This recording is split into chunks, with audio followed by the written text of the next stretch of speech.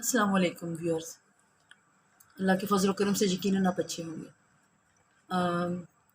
چونکہ وائٹامنس کی سیریز چل رہی ہے، اس لیے آج کا میرا جو لاسٹ میں وائٹامن پہ بات کروں گی وہ وائٹامن ای ہے۔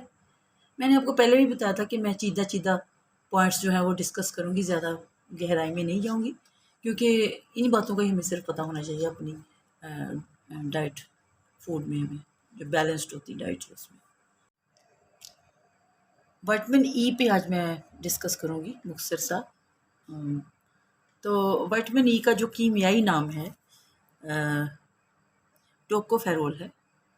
یہ ہمیں اپنی جو انسان کی روزانہ کی ضروریت ہے یہ عام غذا سے پوری ہو جاتی ہے، اس کی اتنی زیادہ کمی واقع نہیں ہوتی۔ یہ وائٹامن تقریباً سارے وائٹامنس کی طرح بہت ہی زیادہ اہم ہے۔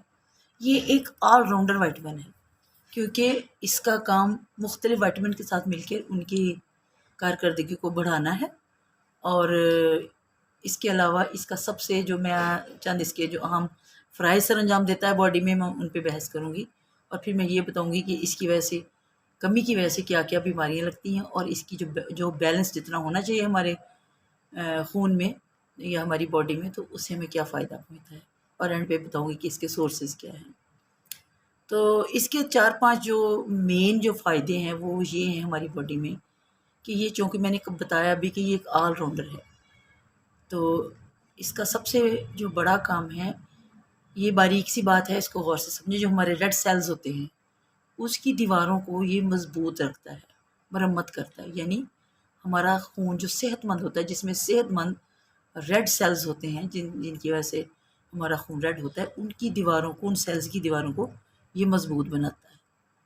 اگر اس کی کمی ہو جائے تو پھر جو ہمارے لاغری ہے اور خون کی کمی، اور ہمارے سیلز مر جاتے ہیں، وہ ہو جاتا ہے اس طرح۔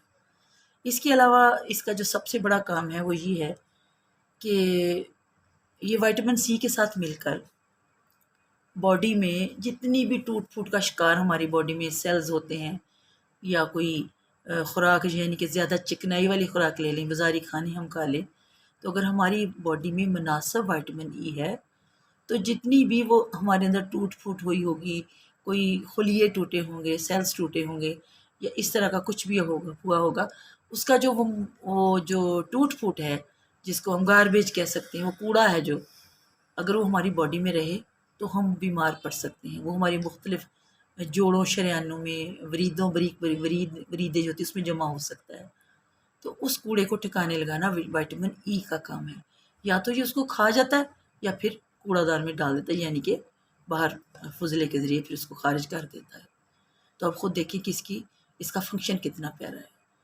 دوسرا یہ کہ انسانی جو نسل ہے، ہر عورت اور مرد میں اللہ تعالیٰ نے یہ خصوصیت رکھی ہوتی کہ وہ اپنی نسل کو آگے بڑھائے۔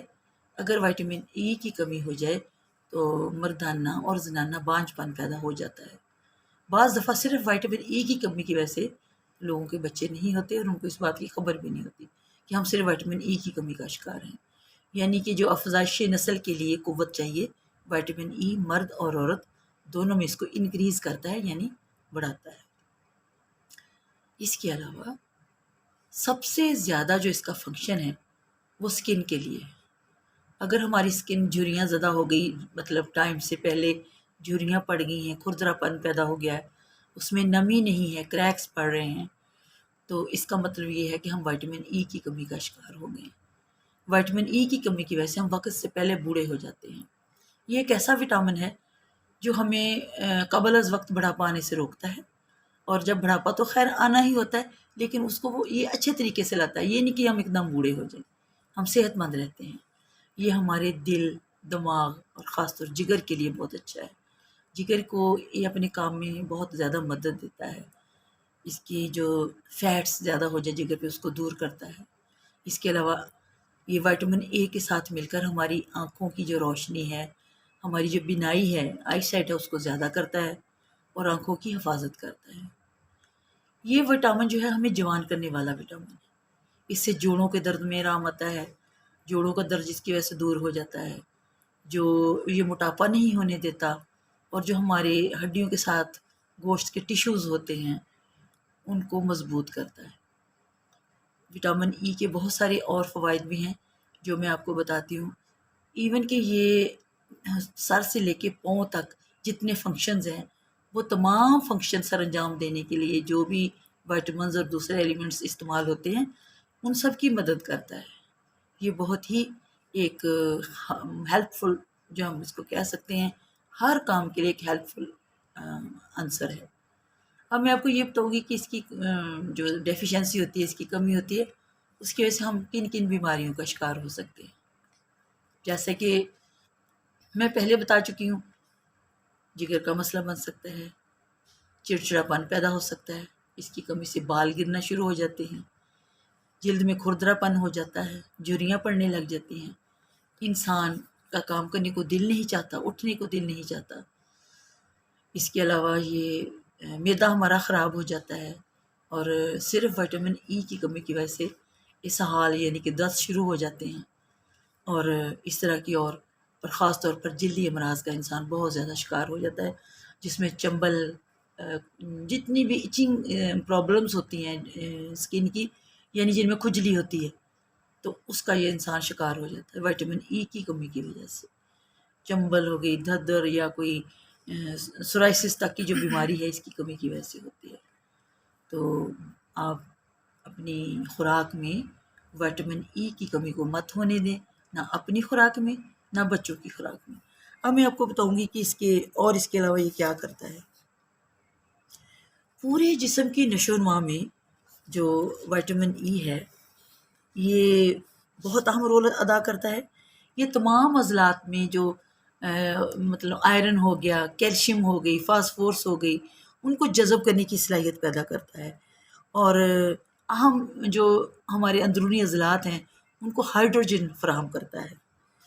اس کی موجودگی میں وٹامن اے اور سی اپنا جو کام ہے، جو ان کا اپنا فنکشن ہے، اس کو بہت اچھی طرح انجام دیتے ہیں۔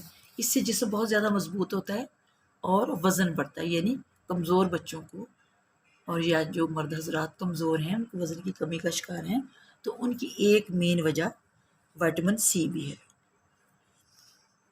اس کے علاوہ اب میں آپ کو یہ بتاتی کہ ہم کن ذرائع سے اس کو حاصل کر سکتے ہیں۔ یہ وٹامن ہم مکئی کے تیل سے، سرسوں کے تیل سے، اور یہ سورج مکھی کے تیل سے، جتنے بھی یہ تیل وغیرہ ہیں، ویجیٹیبل آئلز ہیں، ان سے لے سکتے ہیں۔ سبز پتوں والی جتنی بھی سبزیاں ہیں ان میں بھی پایا جاتا ہے، اور خاص طور پر پالک جو ہے وہ تو اس کا خزانہ ہے۔ گندم میں پایا جاتا ہے، گندم کے تیل میں پایا جاتا ہے، انڈے کی زردی میں بہت زیادہ پایا جاتا ہے۔ اس طرح زرد پتوں والی سبزیاں، چاکلیٹ اور خمیر وغیرہ جو بنتے ہیں، جیسے ڈبل روٹی میں ہوتا ہے خمیر، یا اس طرح کی چیزیں، ان میں بھی یہ پایا جاتا ہے۔ تو یہ تو ہو گئے قدرتی ذرائع۔ تو بعض دفعہ لوگ اس کے سپلیمنٹ بھی لیتے ہیں کہ جی کھاتے ہیں کہ ہمیں جلدی کو فائدہ ہو جائے، تو وہ ان کو ڈاکٹر کی ہدایت کے مطابق لینے چاہیے، وٹامن ای کے کیپسول، ٹیبلٹس وغیرہ، کیونکہ اگر اوور ڈوز ہو جائے تو پھر وہ بھی انسان جو ہے بیماری کا شکار ہو جاتا ہے۔ کیونکہ اگر کسی نے وٹامن ای زیادہ لے لیا تو وہ اس کو خون بہنے کی شکایت ہو جاتی ہے۔ اگر کسی کو ہارٹ پرابلم ہے تو اس کو دل کا مسئلہ ہو سکتا ہے۔ تو برائے مہربانی، اگر وٹامن ای آپ مصنوعی طریقے سے لینا چاہ رہے ہیں، یہ کیپسول کی شکل میں یا اپنا ٹیبلٹ کی شکل میں، تو اپنے ڈاکٹر سے مشورہ کر کے لیں۔ اس کے علاوہ یہ اسکن کے لیے بہت اچھا ہوتا ہے کہ یہ وٹامن ای کے کیپسول ہوتے ہیں، لوگ اسکن پہ لگاتے ہیں، ان سے وقتی طور پہ اسکن اچھی ہو جاتی ہے، لیکن زیادہ تر اس کا فائدہ اس وقت ہوگا جب آپ اس کو کھائیں گے، اور یہ آپ کی پوری باڈی کو، ناخنوں تک کو فائدہ دے گا۔ مجھے امید ہے کہ آپ نے میری اس ویڈیو کو بڑے غور سے سنیں گے، اور اس پر عمل بھی کریں گے، اور ان ذرائع تک رسائی کریں گے جن میں وٹامن ای پایا جاتا ہے۔ اللہ آپ کا حامی و ناصر ہو، اور انشاءاللہ کسی اچھی ویڈیو کے ساتھ پھر کل کو پھر ملیں گے۔ اللہ حافظ۔